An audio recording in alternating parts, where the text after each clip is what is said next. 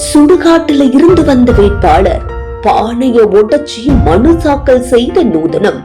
அட என்னப்பா இவரு இங்கிருந்து வந்து வேட்புமனு தாக்கல் செய்யறாரு அப்படிங்கிற மாதிரி இருந்துச்சு இவர் செய்த செயல். கோவை மாவட்டத்தை சேர்ந்த நூர் முகமது அப்படிங்கிறவரு ஒவ்வொரு தேர்தலின் போதும் வித்தியாசமான முறையில, குறிப்பா சொல்லணும்னா குதிரையில வந்து, ஏற்கலப்பையோட வந்து, சவப்பெட்டியோட வந்து, இப்படி பல வேடங்கள்ல நூதன முறையில வந்து வேட்புமனு தாக்கல் செய்யறது இவரோட வழக்கம். உள்ளாட்சி தேர்தல் இருந்து குடியரசுத் தலைவர் தேர்தல் வரைக்கும் கிட்டத்தட்ட 48 தடவை போட்டிட்டு இருக்காரு.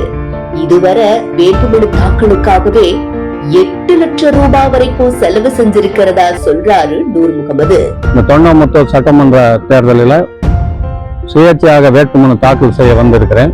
நான் பல தேர்தல்களில் மக்கள் வந்து விழிப்புணர்வு ஏற்படுத்த வேண்டும் என்று பல வேடங்களில் வந்திருக்கிறேன். இந்த தடவை நான் சுடுகாட்டில் இருந்த வேட்புமனு தாக்கல் செய்ய வந்திருக்கிறேன். நம்ம போக வேண்டிய கடைசியில் சுடுகாடு போக வேண்டிய சூழ்நிலை வந்துடும். ஆகவே மக்கள் வந்து சிந்தித்து ஓட்டு போடணும். தெரியாம காசுக்காக அடிமையாகி ஓட்டு போட்டு நமக்கு கல்வி மருத்துவம் கூட இலவசமா இன்னும் கொடுக்கறது இல்லை. இந்த கல்வி மருத்துவம் மட்டுமே இலவசமா கொடுத்தாலே இந்த நாடு வல்லரசாக ஆகும். இந்த நிலையிலதான் ஓட்டுக்கு பணம் வாங்கினா இறுதி சடங்கு தான் செய்யணும் அப்படிங்கறத வலியுறுத்துற வகையில சுடுகாட்டுல இருந்து மண்பானையோட வந்து தேர்தல் அலுவலகத்திலிருந்து ஒரு 100 மீட்டர் டிஸ்டன்ஸ்ல பானைய போட்டு உடைச்சு வேட்பு மனுவை தாக்கல் செஞ்சாரு.